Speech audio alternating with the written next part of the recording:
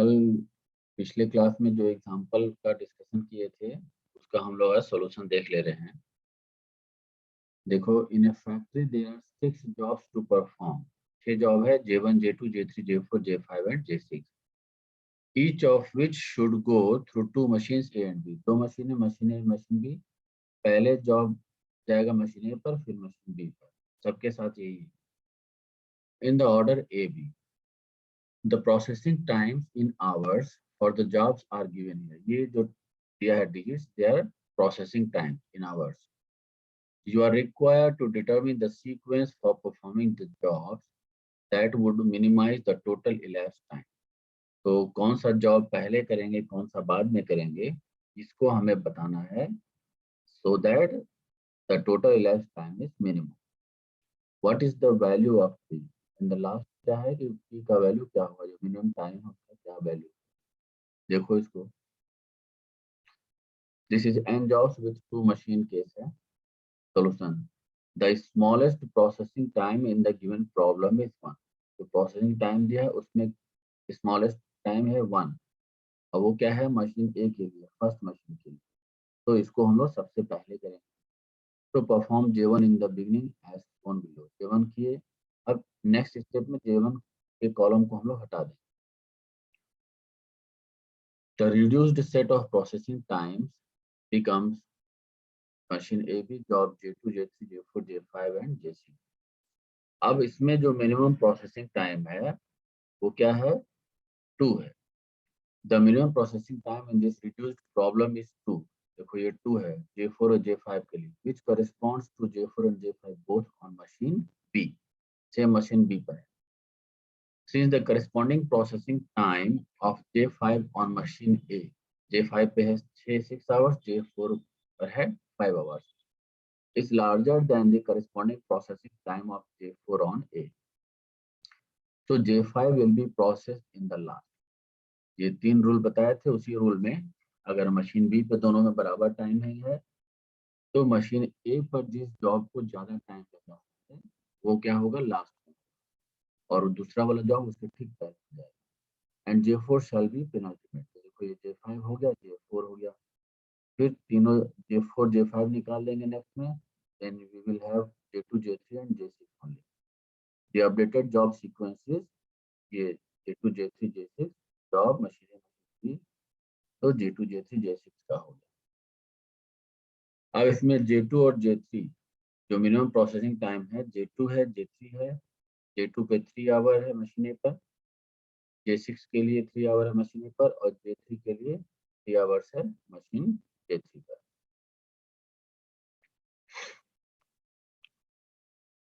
अब देखो, now there is a time amount 3 job for the smallest processing time in this reduced problem. These correspond to J2 and J6 on machine A and to J3 on machine B.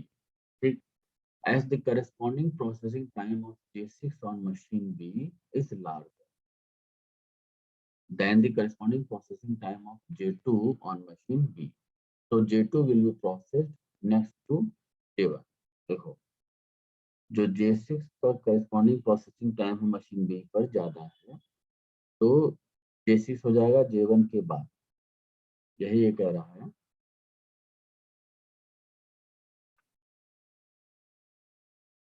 The corresponding processing time of J6 on machine B is larger than the corresponding processing time of J2 on machine B. So J6 will be processed next to J1. So J6 हो जाएगा next to J1. Now step 3(1) applies and J2 should be placed next. इसके बाद J2 हो गया, फिर last J3 बचा है तो J3 हो जाएगा J2 के बाद। The updated job sequence is J1 J6 J2 J3 J4 and J5। यानी कि फर्स्ट जॉब J1 होगा, देन J6 होगा, फिर J2 है, J3 है, J4 एंड J5। इसी सीक्वेंस में हमको इसको करना पड़ेगा। This sequence is the optimum one. The total elapsed time is calculated below. जो सीक्वेंस में हम बनाए हैं वही सीक्वेंस में J1 J6 J2 J3 J4 and J5। Machine A in out, machine B in out. Idle time on B, क्योंकि A के लिए कोई आइडल टाइम नहीं होगा। अब J1 मशीन ए पे गया, 0 टाइम स्टार्टिंग में गया, और J1 को 1 घंटा लगा, तो 1 घंटे तक मशीन A पे काम किया। उसके तुरंत बाद J1 चला गया मशीन B पर, तो 1 घंटे बाद उसकी एंट्री होगी और उसको 5 घंटा लगा मशीन B पे, तो 1 + 5 6 आवर्स में वो आउट हो गया। तो जॉब J1 हमारा यहाँ कंप्लीट हो गया। फिर J6 जो सेकंड हमारा सीक्वेंस में है, तो वो मशीन पे कब आएगा? क्योंकि 1 घंटा तक ए बिजी था, तो 1 घंटे पे आ जाएगा J6। फिर उसको लग रहा है 3 आवर, तो 1 + 3 मीन्स 4 आवर्स लगता है मशीन ए पर। अब मशीन बी पर आएगा, तो मशीन बी 6 घंटा तक बिजी है, तो जैसे ही J1 पूरा होगा तुरंत आ जाएगा मशीन बी पर। तो ये हो गया 6 आवर्स पे शुरू होगा, इसको 10 घंटा लगा, 16 हो गया। अब फर्स्ट में शुरू से लेके 1 घंटे तक मशीन बी आइडल है, तो उसके लिए आइडल टाइम हो गया 1 आवर। सेकंड में कोई आइडल टाइम नहीं है, मशीन बी कंटिन्यू वर्क कर रहा है। फिर J2 आ जाएगा, 4 आवर पे J2 एंट्री करेगा, फिर 3 आवर्स लगा उसको, तो 7 आवर्स रहेगा। इसी तरह से 7 आवर्स पे एंट्री किया, 8 आवर्स लगेगा, तो 15 हो गया। J4 एंट्री किया 15 आवर्स पे, 5 आवर्स लगा, 20 हो गया। J5 एंट्री किया 20 आवर्स पे, 6 आवर्स लगा, 20। This is for machine B. अब मशीन बी 16 आवर्स तक ये बिजी है, तो 16 आवर पे एंट्री होगा J2 का, और ये 6 आवर्स तक चलेगा 22। फिर 22 आवर पे मशीन बी चला और J3 आया, J3 को लगा 3 आवर्स, तो 25 आवर्स तक चला। फिर 25 आवर्स पे मशीन बी स्टार्ट हुआ, एक आया J4 और 2 आवर्स तक रहा, तो 27। फिर 27 पे एंट्री लिया J5 और 2 आवर्स 29। तो आइडल टाइम अब इधर मशीन बी के लिए कोई आइडल टाइम नहीं है। From the above information we get T is equal to 29 hours. ये 29 आवर्स हमें लगा टोटल 6 जॉब्स को परफॉर्म करने में on 2 machines A and B. Total elapsed time is 29 hours. And idle time of machine A. Machine A का idle time क्या हो गया? 29 टोटल लगा है। देखो 26 आवर्स तक मशीन A काम किया, उसके बाद machine A idle। So the idle time is 29 minus 26 means 3 hours. And that for machine B is 1 hour. Machine B के लिए idle time हो गया 1 hour.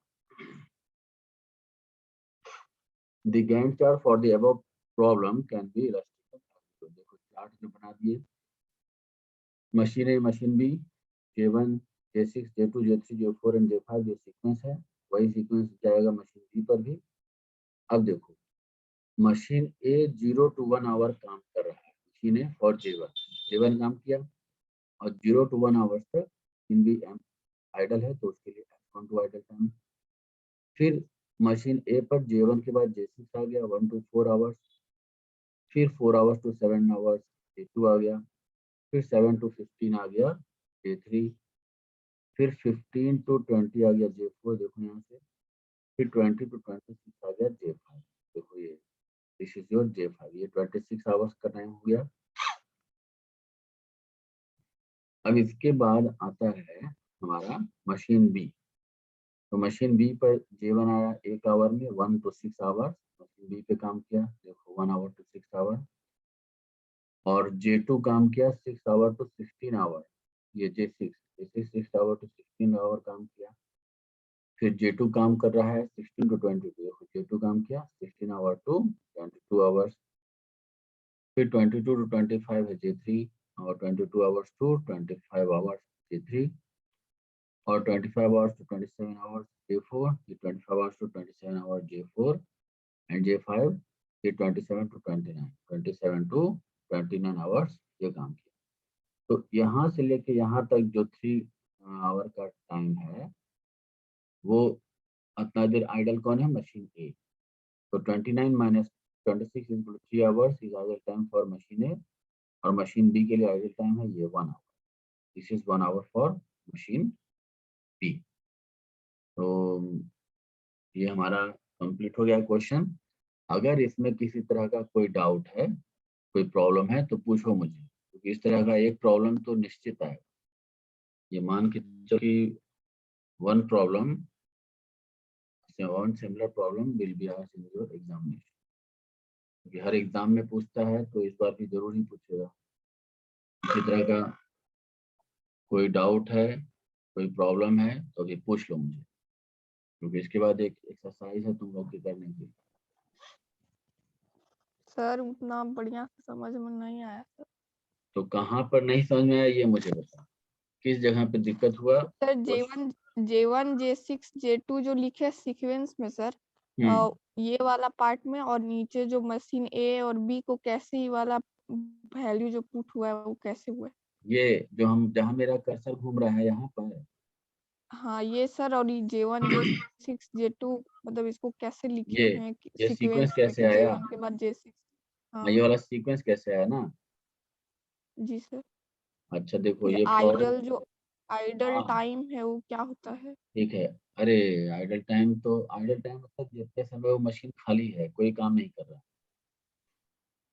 ये चार्ट तुम्हारे पास है, प्रॉब्लम में दिया हुआ है, ठीक। जी sir. J1 J2 J3 J4 J5 and J6 machine A और मशीन बी। ये जो टाइम दिया है 138 563 5632 210, these are processing time in hours. घंटों में दिया है इतना। जैसे J1 है, मशीन ए पर उसको 1 घंटा लगेगा और J1 को मशीन बी पर 5 घंटा लगेगा। J2 है, J2 will take 3 hours on machine A and 6 hours on machine B for processing। मान लो जैसे कोई ब्रेड ही बना रहे हैं, तो ब्रेड है, ये 6 कंपनी का ब्रेड है, bread 1 bread 2 bread 3 bread 4 bread 5 and bread 6। तो मशीन ए, 2 मशीन से उसको जब प्रोसेस करते हैं तब ब्रेड तैयार होगा। मशीन ए पर उसको 1 घंटा लगा, मशीन बी पे 5 घंटा लगा, तो हमारा J1 ब्रेड जब तैयार हो गया या B1 जी ब्रेड सर। तैयार हो गया। इसी तरह से बाकी सब के लिए। ये प्रॉब्लम समझ में आ गया क्या दिया है? जी सर। अब इसमें हमको सीक्वेंस बनाना है कि कौन सा जॉब हम पहले रखें, कौन सा जॉब बाद में रखें, कौन सा ब्रेड पहले बनाएं, कौन सा ब्रेड बाद में बनाएं, so that the minimum the total elapsed time is minimum। हमारा टारगेट है कि कम से कम टाइम में हमको पूरा कर ले। ज़्यादा टाइम देंगे तो वर्कर ज़्यादा पैसा मांगेगा, और मशीन ज़्यादा यूज होगा, बिजली ज़्यादा यूज होगा। अगर किसी के यहाँ रेंट पे चला रहे हैं तो वो भी ज़्यादा भाड़ा मांगेगा। तो फर्स्ट हमको देखना है कि in out of all these processing time which one is the minimum. तो ये 1 आवर है, this one is minimum for जी J1 sir. On machine A. तो J1 will be processed first. सबसे पहले J1 को प्रोसेस करेंगे, फिर नया स्टेप के लिए J1 को हटा देंगे, बाकी लिखे हमने। अब उसमें क्या है, now we will again search for minimum time. Minimum time क्या है, 2 घंटा है। J4 और J5 के लिए 2 घंटा और machine B. But machine B पर J6 को 2 घंटा लग रहा है, लेकिन उसी को मशीन ए पर 6 घंटा, ज्यादा घंटा टाइम लग रहा है, 6 घंटा 5 घंटा। तो जिसमें ज्यादा टाइम लग रहा है जिस जॉब को, उस जॉब को लास्ट में। J5 हो गया और सर तो J5। उसमें इसमें J5 और J4 है, वो दोनों में तो जो मशीन बी है वो 2 घंटा काम कर रहा है दोनों में। हाँ, दोनों में प्रोसेसिंग टाइम सेम अगर है तो हाँ तो जो मैं जिस जिस जॉब को मशीन ए पर काम करने में ज्यादा टाइम लग रहा है उसको लास्ट में करना है। तो जॉब 6 J5 को मशीन ए पे ज्यादा टाइम लग रहा है, 6 घंटा। J4 को 5 ही घंटा लग रहा है, तो J5 को हम लास्ट में करें। ठीक। ये स्टेप बाय स्टेप प्रोसीजर बताए थे पिछले वाले क्लास में, तो उसमें ये स्टेप बाय स्टेप ये रूल दिया हुआ है, इसी को आपको फॉलो करना है। और उसके ठीक पेनल्टीमेट मतलब ठीक पहले वाला हो जाएगा J4। तो अब हमारा निकल गया J1 J4 J5 भी निकल गया, बचा J2 J3 एंड J6। तो J2 J3 एंड J6। अब यहाँ पे मिनिमम टाइम हम देख रहे हैं तो 3 आवर्स है। 3 आवर्स 2 मशीन पर है, मशीन ए पर है जॉब J2 और J6 के लिए, और मशीन बी पर है जॉब J3 के लिए। तो जब इस तरह का केस होता है तो इसका भी रूल हम लिखवाए थे तुम लोग को।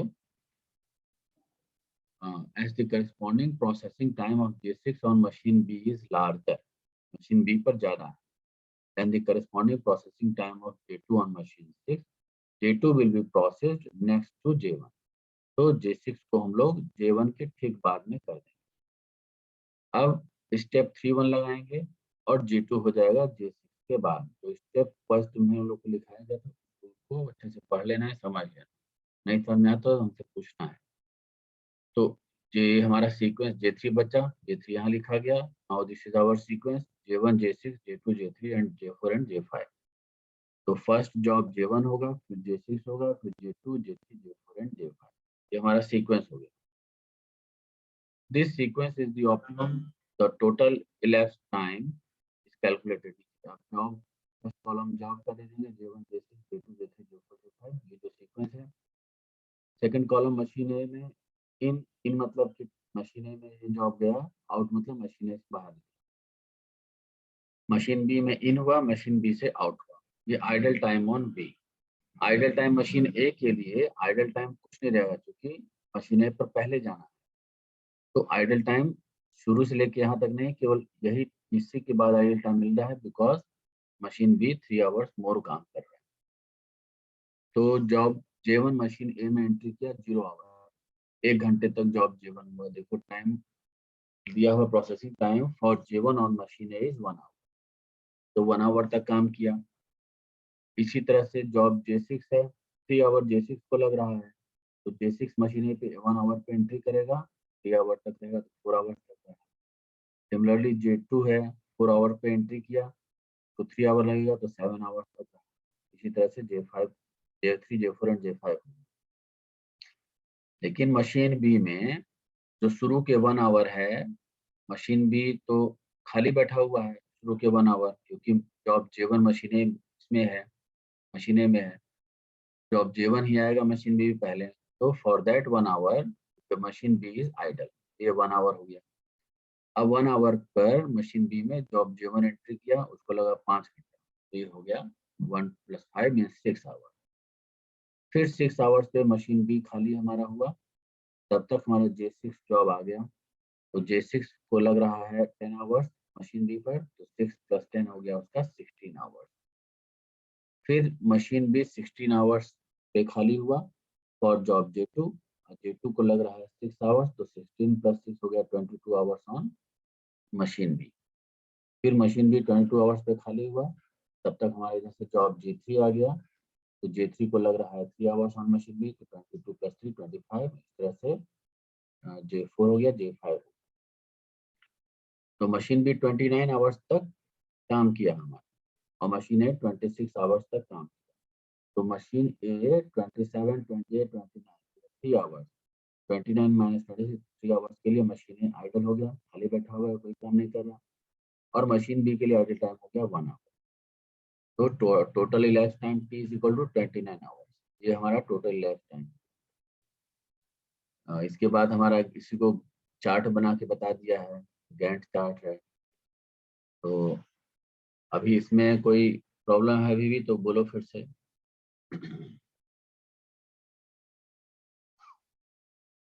अभी भी समझने में कोई दिक्कत है तो बोलो मुझे।